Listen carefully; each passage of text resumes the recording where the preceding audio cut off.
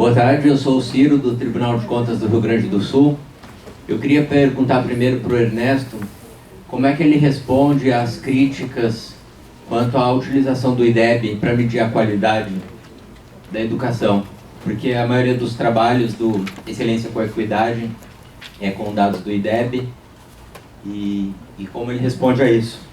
E uma outra coisa também, dada essa situação que ele mencionou dos professores dos anos finais, qual a saída que ele enxerga para isso, para essa situação dos professores, dos especialistas?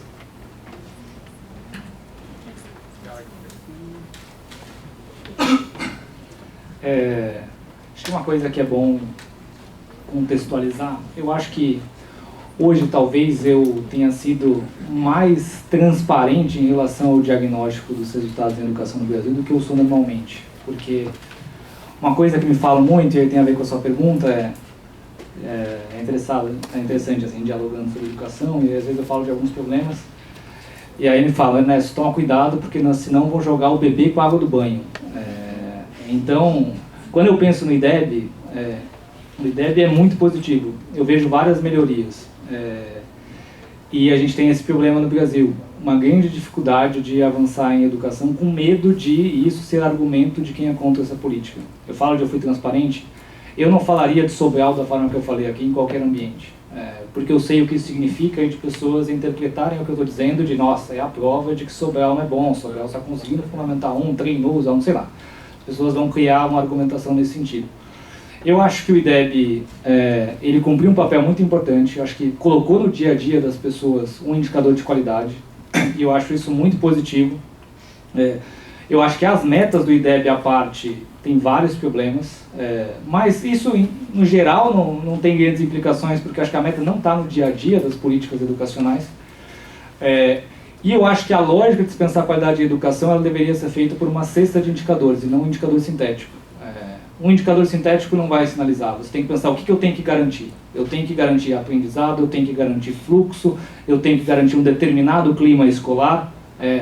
Um indicador sintético ele vai sinalizar quem está melhor nos aspectos que aquele indicador sintético está, quem não está.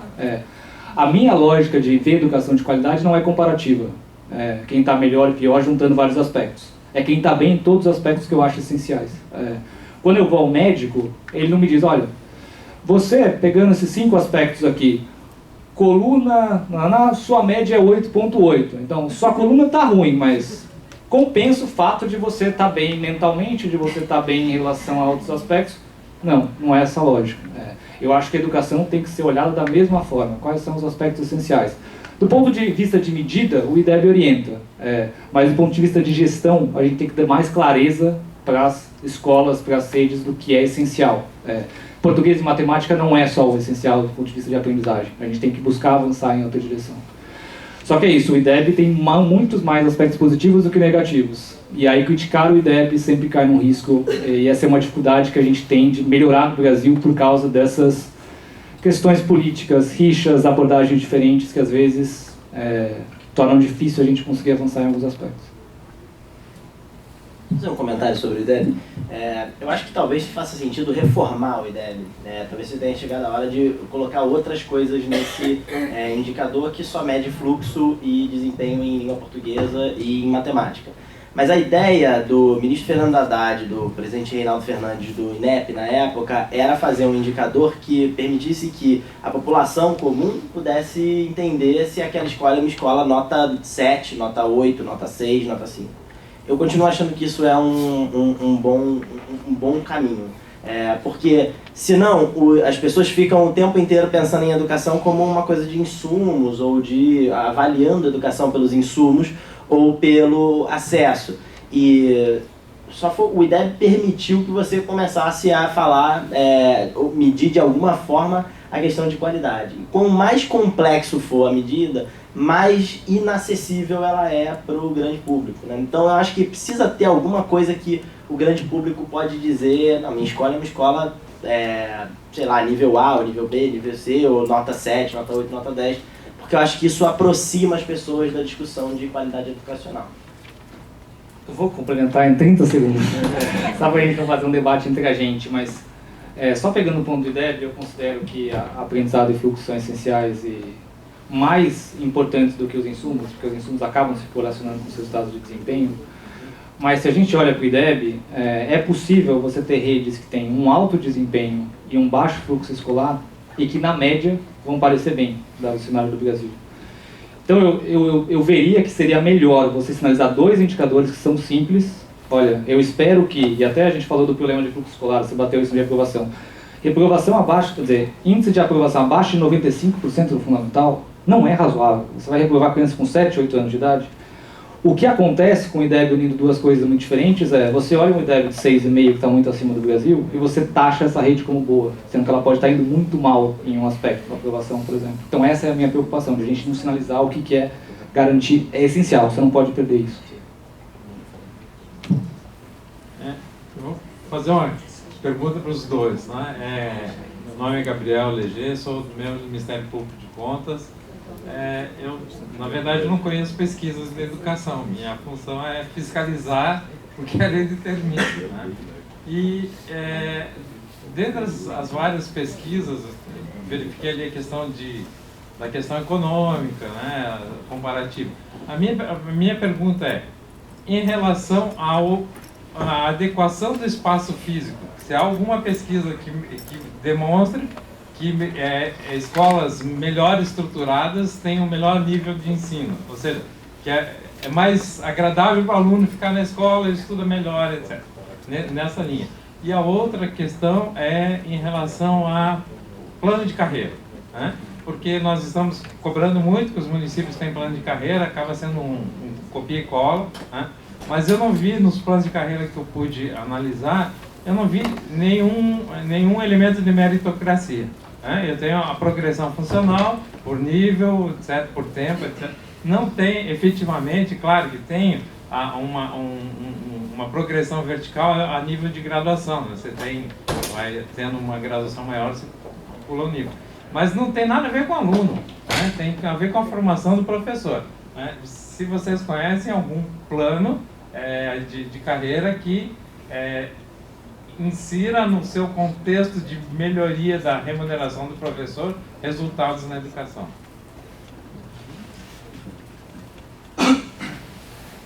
Acho que tem uma coisa que é importante quando a gente analisa a educação, que é o que funciona para todos e o que funciona para alguns. Tem aspectos que funcionam para alguns, ou funcionam para os mais organizados, para os melhores, que têm mais capacidade administrativa. Se a gente olha, por exemplo, no Excelência e Equidade, nos 2 relatórios, a gente tem, no que está impresso, na verdade, não sei se vocês já acessaram a Excelência e Equidade dos anos iniciais e dos anos finais, mas não está impresso dos anos finais e não tem a parte quantitativa lá, mas para ambos os estudos a gente fez uma análise quantitativa, de quais são as condições da escola, entrando no aspecto de infraestrutura e vários outros aspectos. Escolas de bom desempenho no Brasil têm melhor infraestrutura, e tem aspectos específicos do questionário da Prova Brasil, por exemplo, tem escassez em relação a insumos pedagógicos e entra em vários aspectos, porque às vezes a gente entra numa discussão de que infraestrutura não afeta resultados educacionais, não tem impacto. E se a gente olha na média, por regressões, geralmente tem pouco impacto. Mas as boas escolas e redes se apropriam. Infraestrutura, ela é importante, ela é um insumo que consegue permitir você trabalhar algumas estratégias pedagógicas. Então, eu não lembro de cabeça todos os aspectos de infraestrutura que a gente mapeou, mas, por exemplo, tem um relatório laranja que está divulgado no site da Fundação Lehman, eu posso compartilhar depois para vocês, mas que detalha os aspectos específicos que as escolas têm, em relação à infra, em relação a condições que essas escolas têm. Tanto é que a gente trabalhou na lógica da excelência e equidade como 3 capítulos, né, que acho que eu mostrei ali numa imagem só, né, que é o que, o como e o porquê. O porquê são as condições que são garantidas, que a gente mediu pelo estudo quantitativo. Então, a infraestrutura importa. Em geral, a infraestrutura não está associada a você sair de um médio desempenho para o alto desempenho. Mas é importante mais outros aspectos. Então, gestão, formação dos professores, acompanhamento pedagógico. No Brasil, até formação dos professores nem tanto, acompanhamento pedagógico e gestão mais, trabalhar com avaliações externas. Mas infraestrutura sim é importante.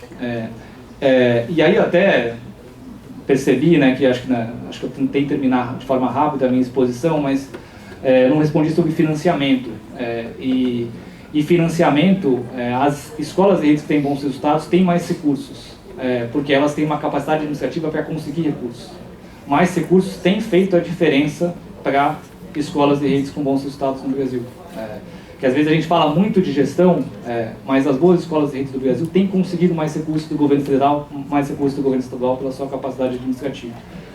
E aí eu queria entrar até num aspecto específico, que talvez seja o único que eu discorde da sua fala. Eu tenho algumas outras ponderações sobre aprofundamento, mas a que eu discordo é sobre o Mais Educação, que tem um pouco a ver com isso que eu estou falando. Assim, o Mais Educação tem pouco efeito de forma geral, se a gente pensar a aplicação em todas as escolas do Brasil.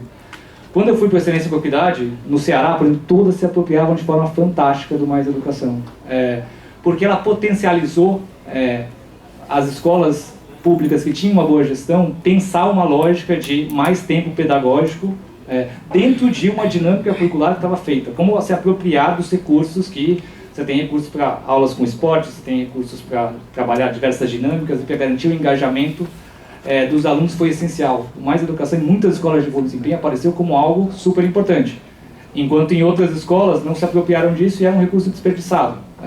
E a gente tem essa grande diferença no Brasil, de escolas que conseguem se apropriar das possibilidades e escolas que não conseguem, redes que não conseguem. Sobre plano de carreira, eu não sei, Daniel, você tem algumas evidências, me chamava muito a atenção nas redes, eu não conseguia ver nada muito diferenciado, mesmo nas redes de destaque no Brasil. E a minha percepção era por um travamento burocrático mesmo, de ser muito difícil a Secretaria de Educação mudar isso no curto prazo.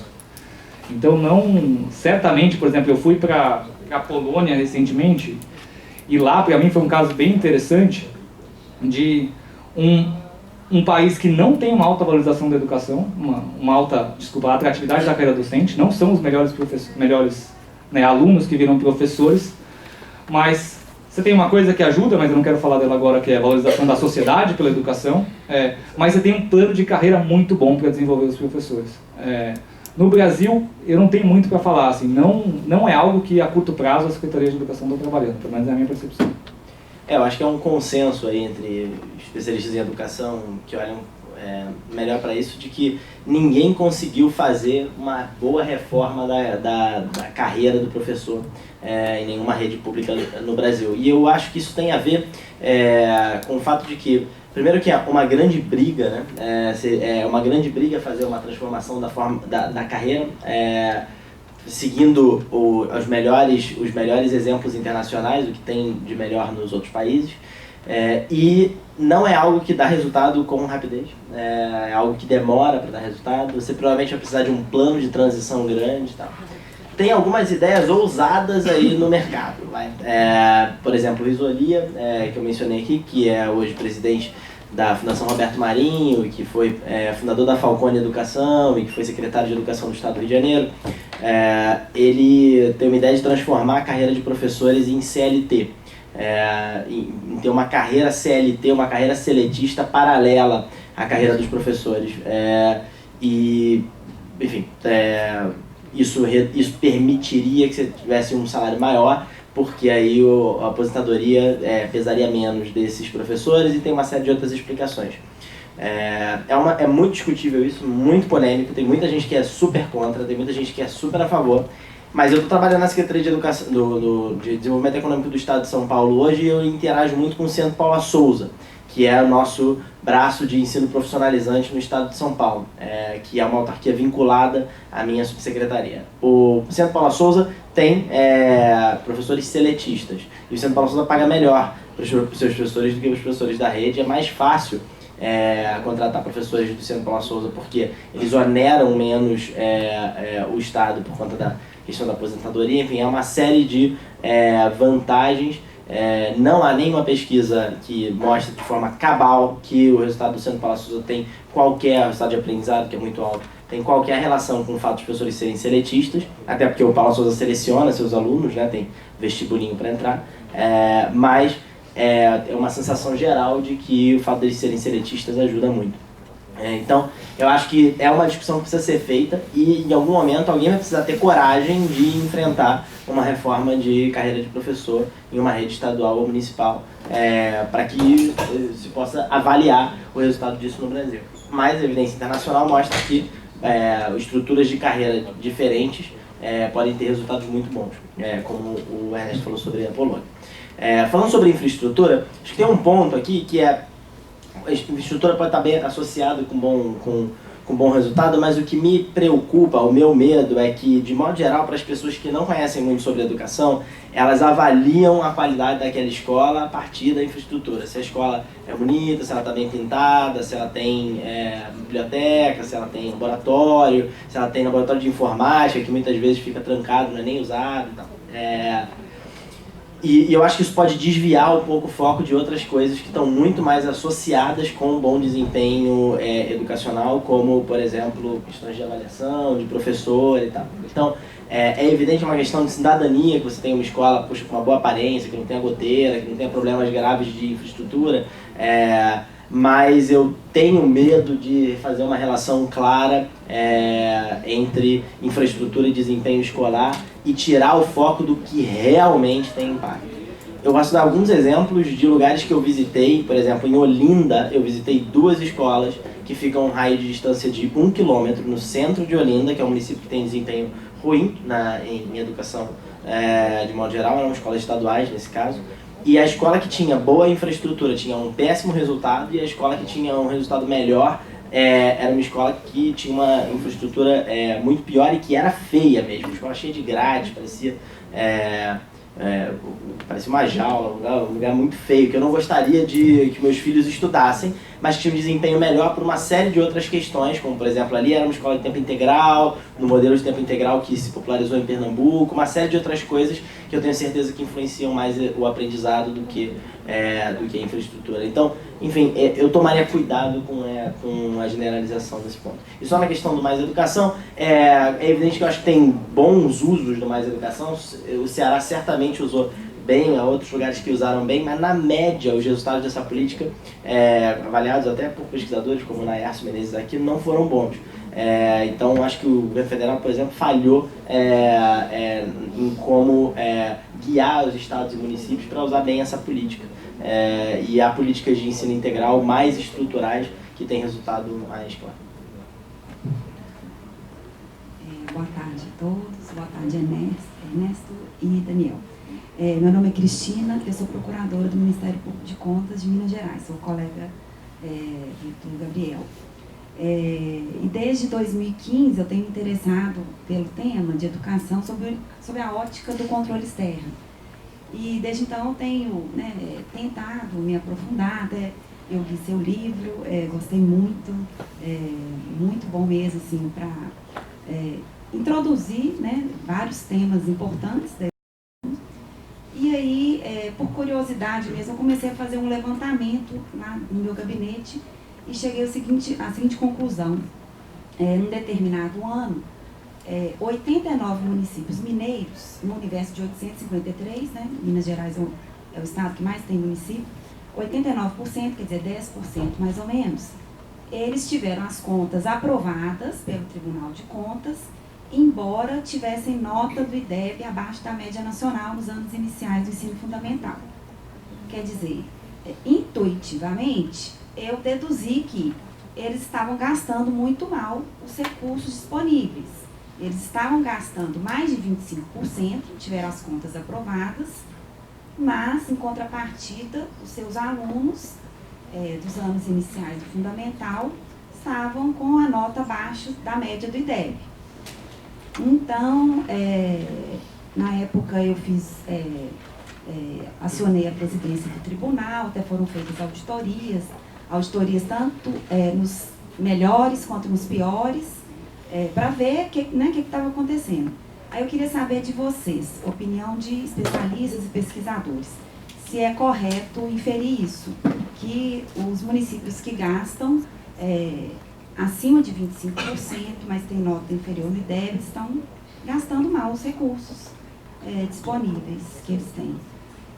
Obrigada. Eu acho que não sei se você acompanhou a fala do Simon ontem, acho que o Simon falou da importância do financiamento mínimo, Ele até usou um gráfico dos países com nível de investimento. Eu acho que tem um determinado nível de investimento mínimo que você tem que garantir para ter qualidade, e aí, enfim, e aí o financiamento não se torna mais o outro aspecto, o aspecto mais essencial. Então, mas respondendo a sua pergunta, eu acho que é um indício, eu acho difícil cravar, porque investimento tem a ver com custo fixo, custo variável, né? Você pode ter uma grande demanda em relação a vagas, seja na creche, seja no ensino fundamental, talvez no ensino médio, enfim, depende de transição demográfica, enfim, eu acho que tem vários aspectos, eu acho difícil. Eu acho que pode ser um indício interessante de, opa, tem um investimento alto aqui porque não tem melhores resultados, dado que municípios com o mesmo nível de investimento têm resultados melhores. Eu acho que demanda um entendimento maior da rede para você poder, eu acho que pode ter casos específicos que aquele investimento seja justificado. Mas eu acho que mais investimento não necessariamente resulta em maior qualidade de educação. Isso é claro no Brasil, no mundo. Mas eu acho que o que a gente precisa é entender melhor a efetividade dos recursos e de que investimento mínimo a gente está falando. De novo, quando eu trago o ponto do financiamento, eu não acho que ele é o ponto mais importante para a qualidade da educação, mas as redes e escolas que conseguiram bons resultados da educação se apropriaram de uma estrutura existente no Brasil de captação via estados e governo federal para conseguir mais recursos e chegar nesses patamares que são os melhores. Então, eles precisaram desses recursos para chegar no patamar que chegaram. Só que eles têm um outro nível de efetividade que a maior parte das redes do Brasil. Então, onde a gestão funciona, identifica a oportunidade de recursos e consegue melhorar ainda. Eu acho que a gente precisa evoluir em relação ao que é esse patamar mínimo e como garantir a efetividade dele. Eu não acho que só o CAC, né, eu não sei se vocês acompanham a fala de manhã, resolve em relação a isso. Primeiro, eu acho que o CAC ele é muito ambicioso do ponto de vista da situação financeira do Brasil. Eu acho que não dá para imaginar que o Brasil vai chegar a 10% do PIB nos próximos anos. Eu acho que ele tem que fazer mais escolhas do que ele faz. E a gente precisa pensar em como fazer a roda girar melhor. Grande parte dos recursos é pagamento de professores. Você não vai conseguir aumentar a efetividade dos professores no curto e médio prazo. Então, para o dinheiro ser efetivo, você tem que realmente trabalhar para, no médio prazo, ter uma nova estrutura de plano de carreira. Então, acho que do jeito que está no Brasil, é muito difícil colocar mais recursos na educação e ser efetivo. Eu acho que esse é o problema. Então, voltando ao seu ponto, eu acho que tem um indício, mas aí acho que tem que ter um entendimento melhor do que está acontecendo em cada município especificamente. Eu concordo totalmente com o Ernesto e queria me ater a essa questão de se mais recurso está associado com melhor desempenho. É fundamental ter um piso ali, mas os americanos têm uma expressão que é jogar dinheiro no problema. Eles têm o costume de fazer isso, inclusive, jogar dinheiro no problema. Se tem um problema, você joga dinheiro no problema para ver se ele resolve. E é o que eles fazem, inclusive, eles gastam muito por aluno, eles gastam muito em tudo, né? Gastam muito por paciente, e os resultados são ruins.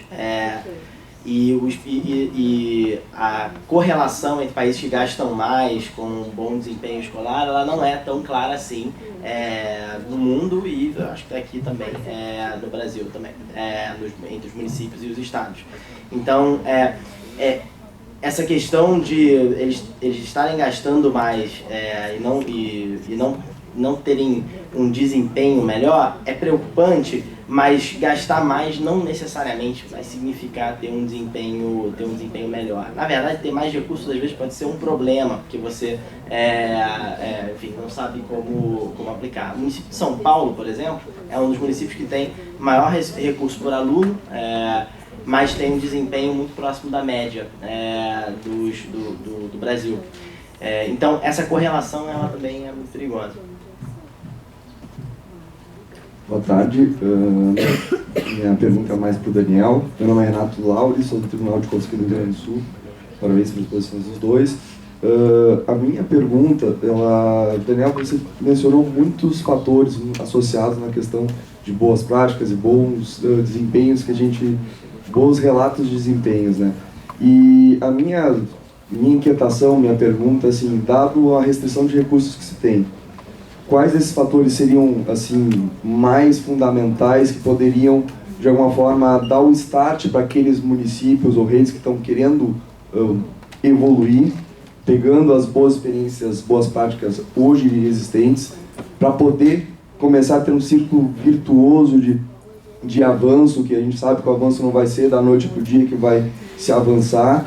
Esse é um ponto. A questão é daquelas práticas que dão resultados, em quanto tempo elas dão resultados, porque tem todo o contexto dos municípios e estados. No caso do estado do Rio Grande do Sul, a mudança de governo a cada 4 anos nunca se reelege, então isso quanto prejudica a questão de estabilidade, de manutenção, de assegurar que as práticas boas se mantenham, se persistam, para dar resultado no longo, no médio prazo, nesse sentido. Basicamente isso. Sim. Há uma série de intervenções que a gente trata aqui, tanto eu quanto o Ernesto, que não necessariamente incorrem num aumento de custos. Por exemplo, quando a gente está falando de formação de professores, uma formação contínua, mais localizada no nível da escola, você pode aproveitar a estrutura que já existe hoje de coordenadores pedagógicos e da relação que eles deveriam ter com os professores para melhorar a forma como a formação continuada acontece. E talvez focar em melhorar a qualificação desses coordenadores pedagógicos e garantir que eles são capazes de transmitir para os seus professores nas suas escolas, em reuniões regulares e tal, muito do que eles aprendem em relação ao dia a dia, as práticas do dia a dia, em como melhor ensinar. Então isso não necessariamente incorre em custo. É evidente que formação pode ser bem caro, mas você consegue melhorar muito sem aumentar muito os teus custos.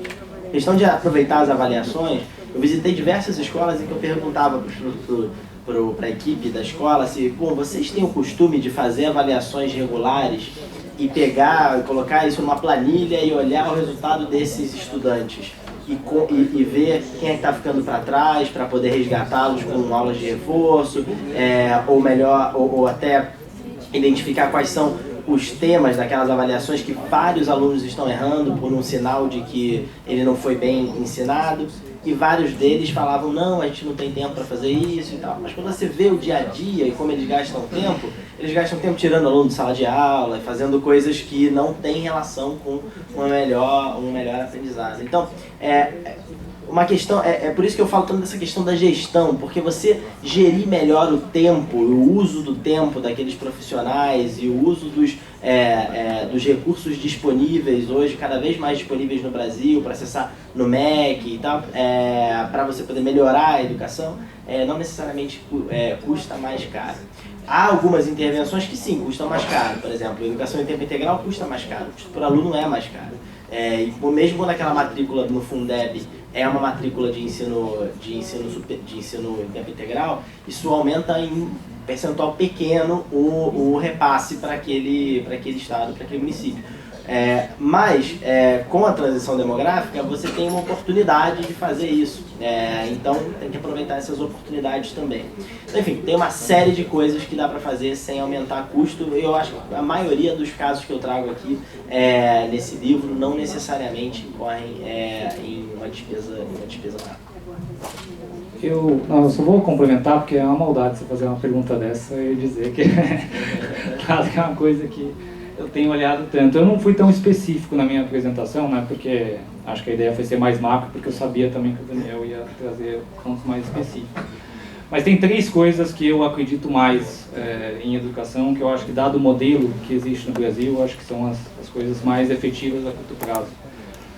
Eu acho que avaliações, trazer a lógica da avaliação externa para o dia a dia, eu acho que avaliações pelo menos bimestrais que a rede faz das escolas é importante. Você precisa ter o diagnóstico logo se o aluno não sabe fração, se o aluno não sabe trigonometria, então você precisa ter você precisa pelo menos bimestralmente avaliar, e as redes fazem isso de forma sistemática.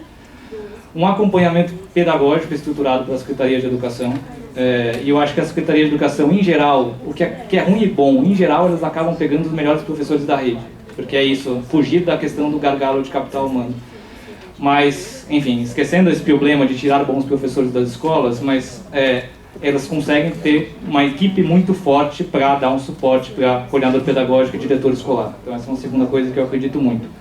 E a terceira, clima escolar em vários aspectos, seja pensar em como engajar os alunos, pensar em atividades, principalmente a partir do Fundamental 2, que engajem os estudantes. Mas eu queria trazer um aspecto específico que é a relação de confiança. Relação de confiança, escola, secretaria de educação está muito deteriorada, às vezes professor e diretor, professor e gestão está muito deteriorado. E eu acho que é muito importante realmente pensar um processo de escuta e de envolvimento dos educadores ou das escolas, no caso da Secretaria de Educação, no processo de pensar as políticas públicas. Ontem, né, o Antônio Góes falou disso, hoje o Daniel retomou a questão da reprovação, de ser um dos grandes problemas que a gente tem em educação no Brasil, e eu acho, principalmente nos anos iniciais, a mim não faz sentido algum discutir reprovação antes dos 8 anos de idade, mas eu não acho que a melhor solução é obrigar as escolas a aprovarem. Visitando Foz do Iguaçu, foi muito interessante que era obrigatório a aprovação, né, você tinha um modelo de ciclo lá, eles tiraram, voltou a ser possível reprovar em cada série, mas mesmo com isso a taxa de aprovação aumentou, mas porque eles conseguiram construir um diálogo e mostraram que a reprovação não ajudava. Se você faz um processo muito impositivo, por mais que a política seja importante, reprovar é um erro, não ajuda em relação ao desenvolvimento dos alunos. Mas se você faz algo num cenário em que o educador já está desmotivado, se sente pouco valorizado pela sociedade, aí não sente que nem tem autonomia para aprovar um aluno, isso joga muito contra. Então, investir em relação de confiança, realmente fazer algo de participativo de verdade, não inventar, dar sua opinião no site, depois eu considero só algumas, né? Mas fazer algo realmente efetivo, o secretário ir para as escolas, dialogar, realmente buscar explicar as suas ações, eu acho importante. Então, eu destacaria isso, avaliação, acompanhamento pedagógico e relação de confiança. Só um comentário nessa coisa da reprovação. A discussão sobre reprovação que aparece muito nas eleições, com certeza agora nas eleições municipais vai ter algum município que vai ser, a discussão para prefeito vai ser pautada por reprovação automática ou aprovação automática ou possibilidade de reprovar. Essa dicotomia é terrível, porque você pode permitir que o aluno seja reprovado, mas todo mundo tem que trabalhar para que essa taxa seja mínima. E isso significa encarar a avaliação como um instrumento formativo, não como um instrumento de diagnóstico do aprendizado, e não como um instrumento de punição. Porque a educação, de modo geral, é assim, o cara não foi bem na prova, a culpa é dele, porque ele não quer nada, porque ele não corre atrás, porque ele não está afim e tal. E se você trata como um instrumento diagnóstico, que joga a luz sobre as lacunas de aprendizado e te dá a oportunidade de intervir cedo o suficiente para que aquele aluno não fique reprovado, e que depois você avalie ele, inclusive, de novo, nas mesmas coisas que você avaliou antes para ver se ele aprendeu, isso muda o jogo.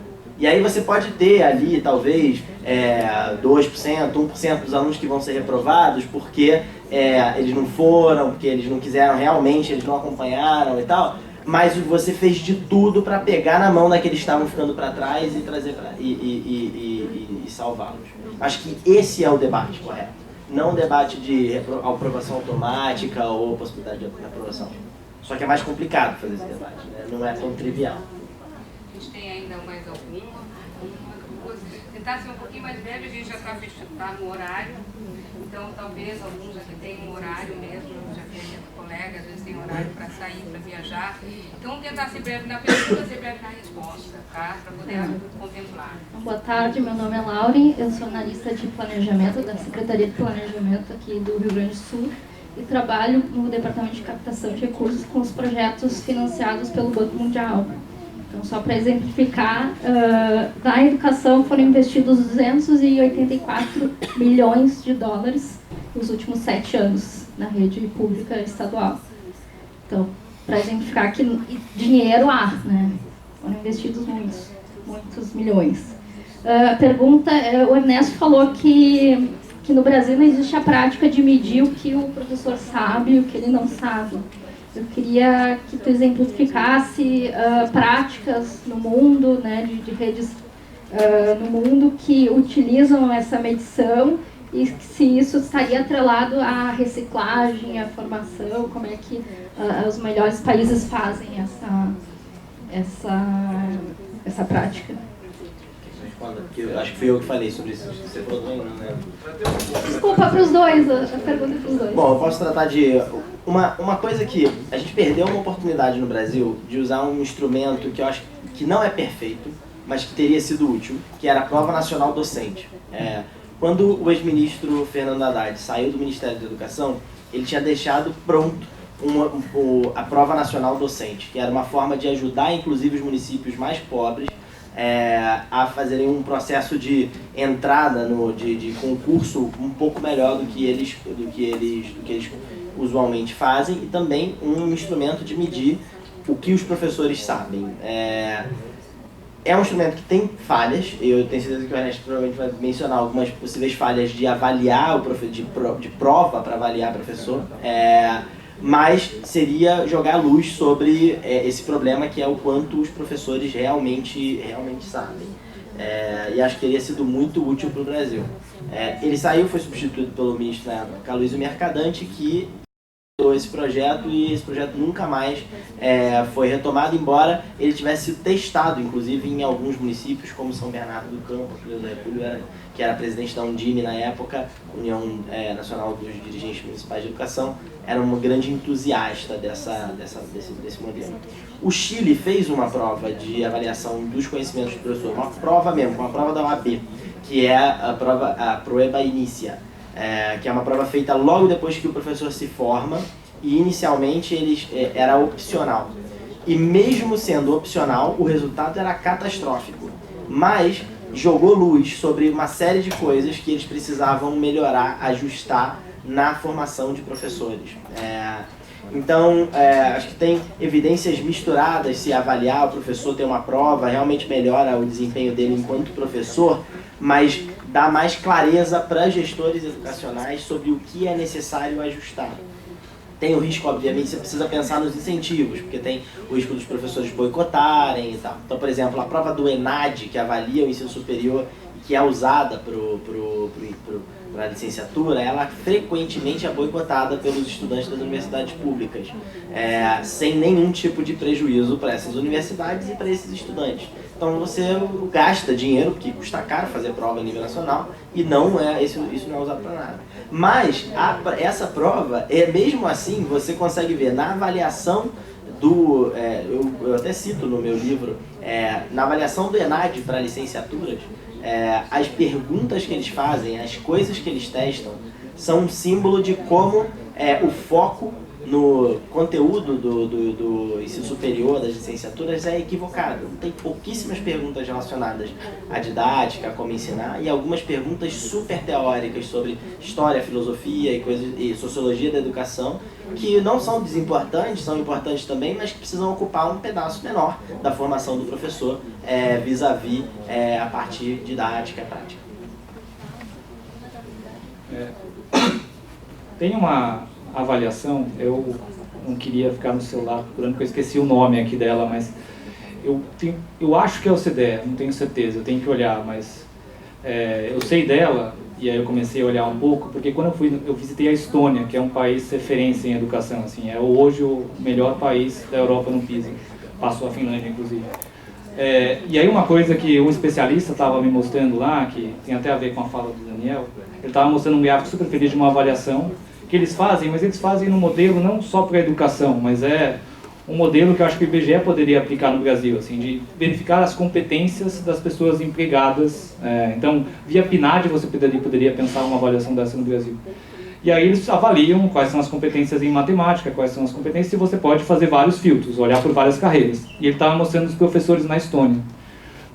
Porque eu sei que todos os países europeus, a maioria deles, estava lá, e eu estou na dúvida sobre a OCDE, porque eu não lembro se eu vi outros países de fora da Europa, mas ele estava mostrando um ranking, mostrando que a Estônia era um dos países em que os professores tinham menor domínio de matemática na Europa. E a Estônia é o melhor resultado do PISA em matemática. Eu não acho que vai contra o que o Daniel falou em relação a, eu acho que o gargalo de conhecimento, em grande parte, acaba sendo o que o professor domina. Principalmente no Brasil, assim, que você tem uma dificuldade de acesso ao conhecimento fora da escola para alunos de baixa renda. Mas, eu só queria trazer esse ponto porque é diferente, e eu acho que aqui a gente tem que ter essa lógica também, de quando o pior, ainda assim, tem um bom domínio. É diferente do Brasil. A gente tem que falar de qual que é o domínio mínimo de matemática que você tem que ter para ensinar matemática. Eu só trago esse ponto porque eu não acho que a gente está numa discussão de o professor de matemática tem que ser um matemático, o professor de ciências tem que ser um cientista, aquele baita especialista que faz pesquisa fora da escola e que sabe tudo da área. O grande ponto é que no Brasil os professores que ensinam matemática e língua portuguesa não sabem 20%, tem a ver, eles são os que responderam aquelas questões que o Daniel mostrou. Então esse é o desafio. E eu acho que seria fácil, eu acho que a gente tem que pensar também de nem tudo em educação no Brasil é INEP. Eu acho o IBGE o melhor instituto de pesquisa que tem no Brasil. Ele faz muito, assim, comparado com os de mercado, então, IBGE e IBOP, eu acho uma distância gigantesca. Eu acho que o IBGE é bom, mas eu acho que o IBGE tem que se comprometer a ter uma articulação maior com alguns atores e cumprir um papel maior. Eu acho que a PNAD poderia ser mais efetiva, eu acho que a gente poderia, mesmo você tem as divulgações agregadas por área, por educação e saúde, mas entra em aspectos muito básicos, eu acho que a gente tem um espaço ainda para avançar nesse sentido. Então, esse gráfico que a Estônia, um especialista da Estônia me mostrou, a gente deveria ver no Brasil. A gente deveria ter um indicador de o quanto os professores de matemática dominam matemática, o quanto os engenheiros dominam matemática, o quanto quem faz direito domina matemática. Não acho que é uma coisa só da educação. Então, eu vejo a solução disso partindo de um órgão como o IBGE, não como o INEP. Só um comentário aqui, a implementação faz muita diferença, né? Porque o Estado de São Paulo, quando Maria Helena Guimarães de Castro era secretária, fez uma prova para os professores. E o avanço na carreira estava condicionado a essa prova. Foi uma tentativa de fazer uma reforma na carreira. Foi um fracasso retumbante, porque a maneira como eles implementaram foi um grande erro, que era o cara tinha que ter uma nota acima de tanto para poder ser promovido. Na primeira prova, o resultado vai ser sempre ruim. E aí, quase ninguém tinha nota acima daquele valor. Então, o que os professores fizeram foram completamente contrários àquilo. O sindicato, a POSP, foi super refratária a isso. E a Maria Helena, que, enfim, tem um jeito também bem brigona, se desentendeu com o sindicato de uma forma que nunca mais foi possível de resolver, e a política foi enterrada depois de uma ou duas edições daquela prova. Então, a implementação faz toda a diferença. Mas por isso que eu acho que é via IBGE, porque senão seja parte de mais uma coisa para desvalorizar os professores. Você quer mostrar que o professor não sabe. Sim. E aí, eu acho que vai mais sutil se você não é só o professor que está fazendo. Mas se você faz como um instrumento formativo, então se você faz como um instrumento para dar feedback para o professor, como o Chile fez com as avaliações que são filmadas, os professores são filmados e esse material vai para uma banca de especialistas, e esses especialistas dão um feedback para aquele professor. É um instrumento formativo, o cara recebe aquele feedback e ele vê, eu posso melhorar aqui, ali e tal. E eles adoram. E o sindicato, inclusive, no Chile, apoiou essa forma de avaliação. Então, enfim, é uma longa discussão, mas é uma ótima discussão. Vocês colocaram Vinícius, Tribunal de Contas aqui do Rio Grande do Sul, e vocês colocaram vários problemas relacionados à qualidade do professor que são externos ao âmbito municipal. A questão da formação inicial nas universidades, o próprio perfil das pessoas que vão para o magistério, dentro do que está ao alcance, por exemplo, no secretário municipal de educação. Vocês acreditam que existem intervenções factíveis, além do acompanhamento pedagógico que o Ernesto colocou, para efetivamente melhorar a qualidade do professor, pensando daí especialmente até para orientar essa resposta num ciclo de seleção pelo concurso, avaliação de desempenho, bonificação e formação continuada? Eu queria saber se existem evidências e boas práticas aqui no Brasil de redes que já conseguiram implementar melhorias e, caso essa melhoria nem sempre seja factível, se existe algum modelo na experiência nacional ou internacional de você pegar os melhores professores do país e colocá-los num curso em EAD e oferecer como reforço escolar para os alunos. Uma série de experiências bem interessantes que eu acho que vale ressaltar aqui. Por exemplo, no Rio de Janeiro, na Prefeitura do Rio de Janeiro, a secretária Cláudia Costin passou a selecionar os seus professores de uma forma diferente. Ela não fazia só concurso público, que o cara vai lá e faz uma prova e aí tem o resultado. Passou a ter prova de aula. E isso fez uma diferença gigantesca no tipo de professor que ela selecionou.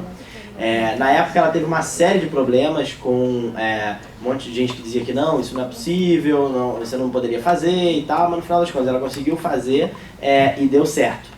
E esse modelo eu acho que é muito interessante, poderia ser adotado por outros lugares.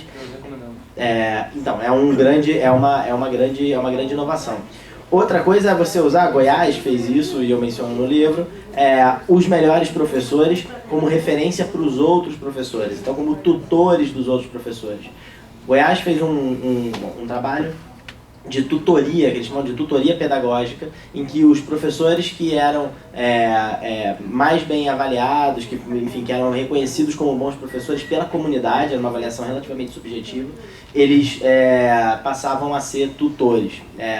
que é uma boa forma de valorizar a profissão, porque os professores ficam estimulados a se desenvolver, a serem bons professores para fazer esse trabalho, e é uma boa forma de usar aqueles melhores professores, porque os professores que são excelentes provavelmente vão ser uma parcela da rede, mas se você pega esses professores e coloca eles para ajudar outros professores, você vai estar usando muito bem o tempo deles, e eles não vão estar só ajudando aqueles alunos que eles estão ensinando, vão estar ajudando outros. Mas quando você tira esse professor, que é excelente, e bota ele para fazer uma função meramente administrativa ou de gestão, que não necessariamente depende daquele conhecimento pedagógico que ele desenvolveu na ponta, é como se você pegasse o Neymar e colocasse para ser técnico.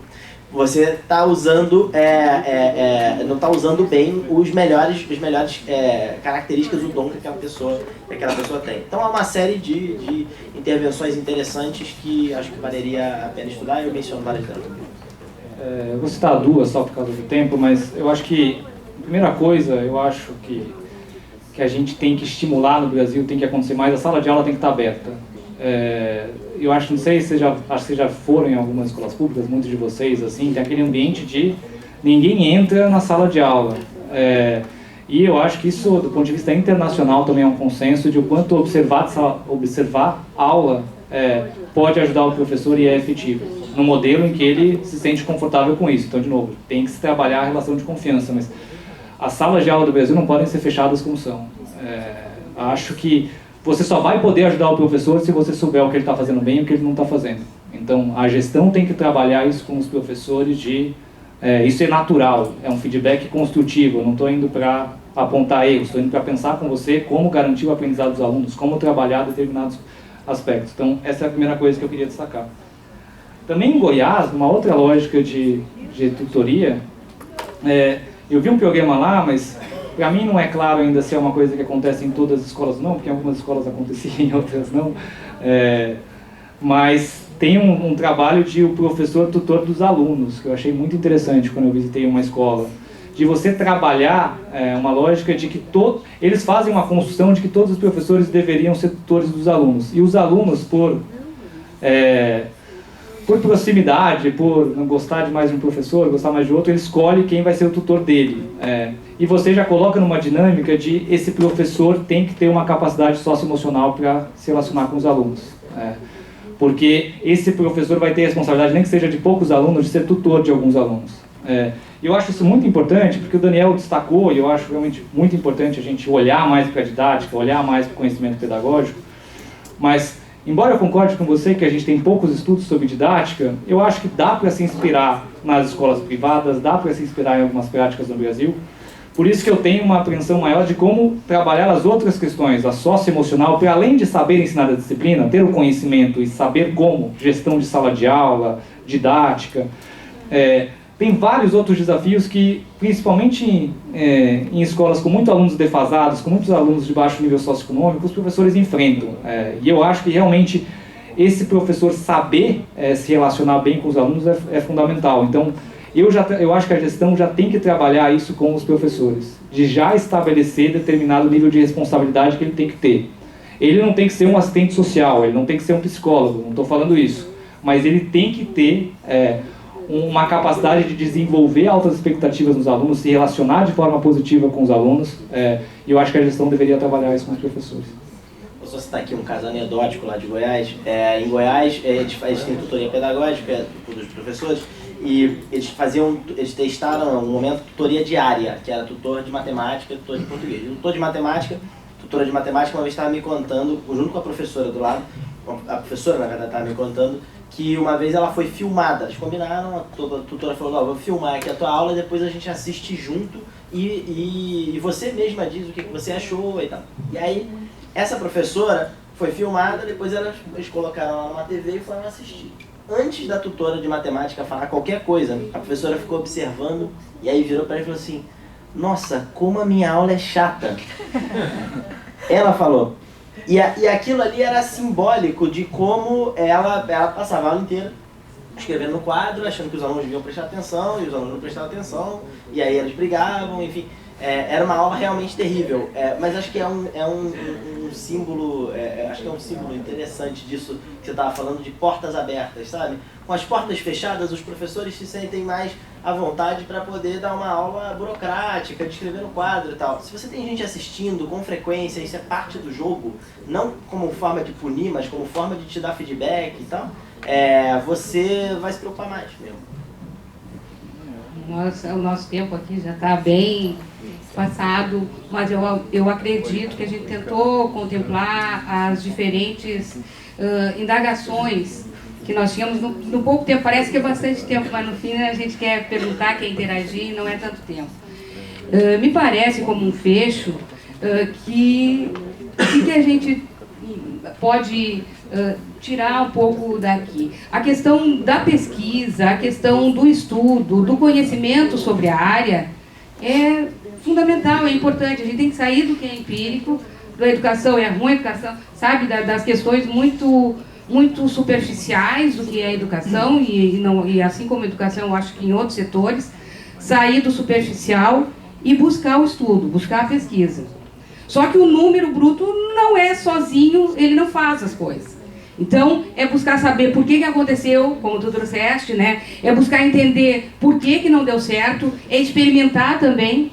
Olha, eu tenho esse dado, vou experimentar de outro jeito, vou ver como é que a outra escola fez. Eu acho que é se apropriar também melhor das mídias e das formas que hoje a gente tem de se conectar com outros setores, com outras pessoas. Eu vejo poucas iniciativas, e a gente aqui começa a colocar escolas de alto desempenho, escolas de rede pública. Eu vejo poucas iniciativas e eu acho que a gente aproveita pouco. Aqui tinha uma secretária falando contigo, né, de educação, como é que eu posso ajudar, como é que eu posso qualificar meus professores. Eu vejo poucas iniciativas da gente interagir um pouco. Por que essas escolas de alto desempenho não podem interagir um pouco mais com a rede pública? Por que elas não podem se procurar mais? E hoje está mais fácil de fazer isso. Então, de que maneira eu no meu setor, tu no teu, a gente pode também buscar se apropriar dos dados, fazer, ter práticas, realizar coisas, voltar, analisar, avaliar, deu certo, não deu certo, me apropriar dos instrumentos hoje e de avaliações que nós temos, que são importantes e que às vezes tu não está com ela junto de ti para dizer, olha, aqui não está bom ainda, como a gente faz? Então, me parece que a gente está evoluindo nesse sentido de querer conteúdo, de querer pesquisa, de querer para embasar minha prática, para seguir adiante. E me parece que a questão da gente ter o socioemocional que tu fala da questão do professor, tem que haver do gestor, da rede com o gestor, do gestor com o professor, do professor com o aluno. O socioemocional não é só numa via, eles são em várias vias. E é quando tu também trabalha, que tu quer saber melhor como é que aquela escola está funcionando. Então, esse socioemocional também tem que existir. E eu acho que é uma questão da gente ter uma rede melhor e apropriada de estudo e de pesquisa. Me parece que é o que a gente traz aqui nesse encontro. Eu quero agradecer a participação do Daniel, do Ernesto. A gente vai alcançar ali e eu agradeço, então, também quem conseguiu permanecer até mais tarde. E nós vamos entregar aqui o certificado e um agradecimento especial aqui.